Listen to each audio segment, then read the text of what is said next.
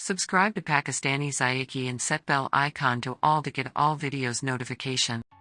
रहीम अस्सलाम वालेकुम व्यूअर्स, आज आपके साथ शाही दाल कोरमा की रेसिपी शेयर करने लगा हूँ।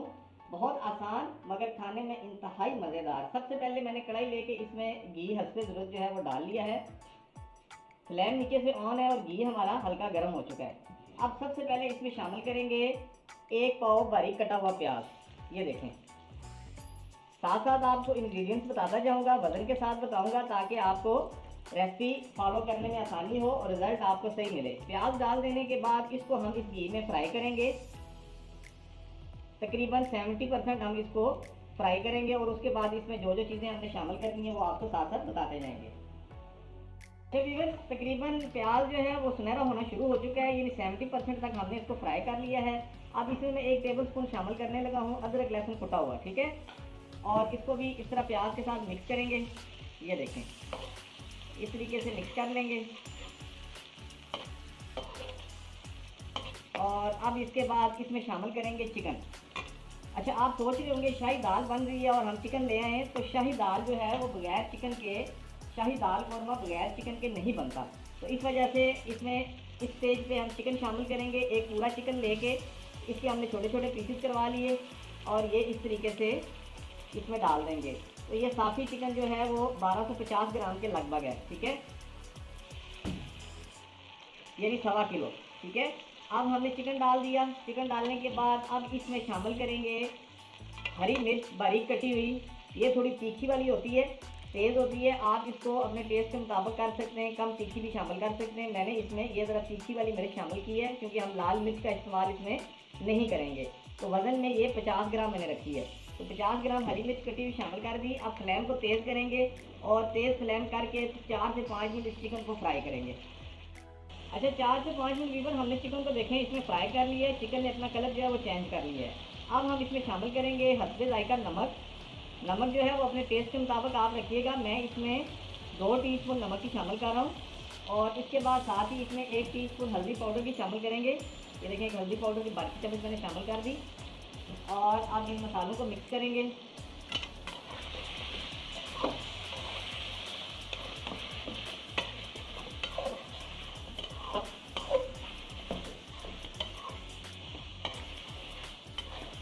और 1 से 2 मिनट मज़ीद इनको फ्राई करेंगे। 1 से 2 मिनट मज़ीद मैंने इसको फ्राई कर लिया है। अब मैं इसमें शामिल करने लगा हूँ ये मिक्स मसाला है, ठीक है। ये मैं इसमें शामिल करने लगा हूँ। ये आपको मार्केट से भी मिल जाएगा, मिक्स मसाला, सालन मसाला इसको कहते हैं, और आप घर पे भी इसको बना सकते हैं। तो ये हमारे पास ऑलरेडी पड़ा हुआ था, तो ये आप समझ लें कि सालन मसाला की 2 टीस्पून भी मैंने इसमें शामिल कर दी इस स्टेज पे आके। और साथ ही इसमें हम शामिल करेंगे बिल्कुल ताज़ा फ्रेश दही, तकरीबन 150 ग्राम। ये देखें, और इसको मिक्स कर लेंगे अच्छा सा। चम्मच आपने साथ साथ हिलाते रहना है, चम्मच आपने नहीं छोड़नी। 1 से 2 मिनट तक आपने इसको इस तरीके से हिलाते रहना है।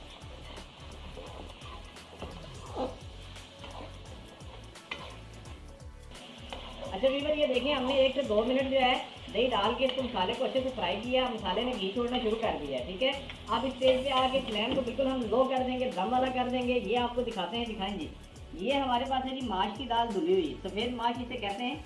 ये हमने 1 घंटा पहले पानी में भिगो दी थी। अब इसको पानी से निकाल के तो कढ़ाई में डाल लेते हैं। ये देखें, इस तरीके से हम ये दाल इसमें शामिल कर देंगे सारी, और दाल शामिल करके हम इसको अच्छा सा मिक्स कर लेते हैं।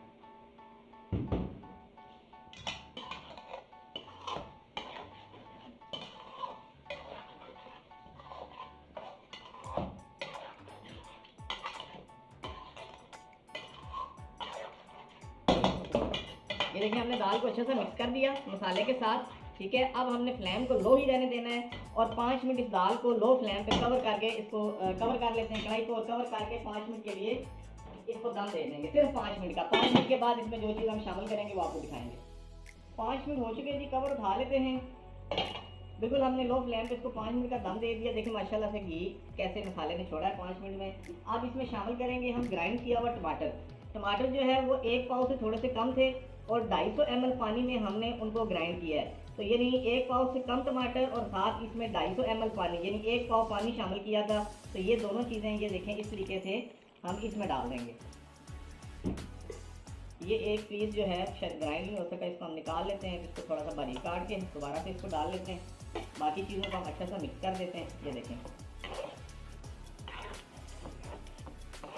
और इस तरीके से मिक्स कर लेने के बाद इसको हमने पूरे आधे घंटे के लिए बिल्कुल दम दे देना है लो फ्लेम पे। इसको अब हमने एक दफ़ा मिक्स कर लेना है इस तरीके से अच्छा सा। ये देखें, ये हमने सारा मिक्स कर लिया। इसको कवर लगा देते हैं आप और आधा घंटा इसको छोड़ देते हैं। आधे घंटे के बाद इंशाल्लाह अगला स्टेप आपसे शेयर करता हूँ। अच्छा व्यूअर, आधे घंटे का दम हो चुका है, कवर उठा लेते हैं, एक दफ़ा हिलाएंगे इसको। माशाल्लाह माशाल्लाह, देखें आधे घंटे में जो शाही दाल कोरमा है कैसा ज़बरदस्त निखर के सामने आ चुका है। दाल भी जो है वो हमारी ज़बरदस्त किस्म से गली लग रही है। माशाल्लाह दाल भी गल चुकी है। और अब हमने इसमें थोड़ा सा फ्लेम को तेज़ करना है और इसमें हमने कुटी हुई काली मिर्च डाल देनी है। ठीक है, ये देखें 2 टीस्पून इसमें काली मिर्च कुटी हुई के डाल रहा हूँ और साथ इसमें गरम मसाला भी हमने डालना है। पहले इसको मिक्स कर लेते हैं और फ्लेम को अब हमने तेज़ कर लेना है और तकरीबन 2 से 3 मिनट तेज़ फ्लेम पे इसको पका के तो इसको डिश आउट कर लेना है हमने। गरम मसाला भी डाल लेते हैं। ये देखें मैंने 2 टीस्पून भर के गरम मसाले के डाले हैं। मिक्स गरम मसाला है, होम मेड है। इससे ज़बरदस्त जो है खुशबू हो जानी है। मिक्स करेंगे और फ्लेम को हाई कर लिया हमने। अब 2 से 3 मिनट या 4 मिनट तक हमने हाई फ्लेम पे इसको कुक करके तो इसको उतार लेना है। फ्लेम को मैंने हाई कर लिया। अब 1 मिनट के लिए इसको कवर करेंगे और 1 मिनट के बाद कवर उतार के इसको 2-3 मिनट कुक करेंगे।